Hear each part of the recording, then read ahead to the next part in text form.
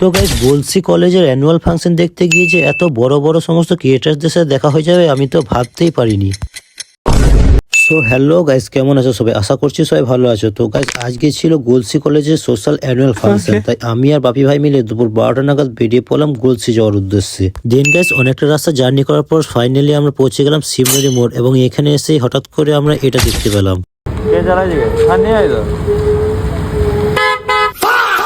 তো গাইস গাড়িটাতে কে ছিল তোমাদের মধ্যে যারা যারা জানো অবশ্যই কমেন্টে জানাবে।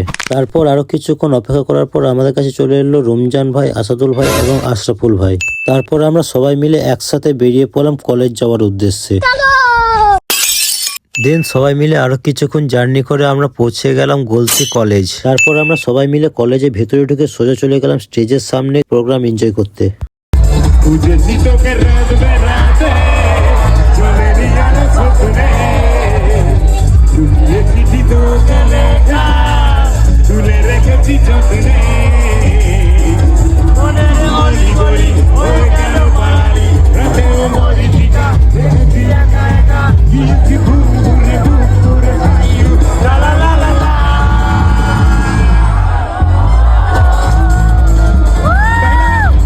আর গাইজ এইদিকে ডান্স করতে করতে হঠাৎই আমার সামনে চলে এলো সামাদ ভাই এবং আবির ভাই।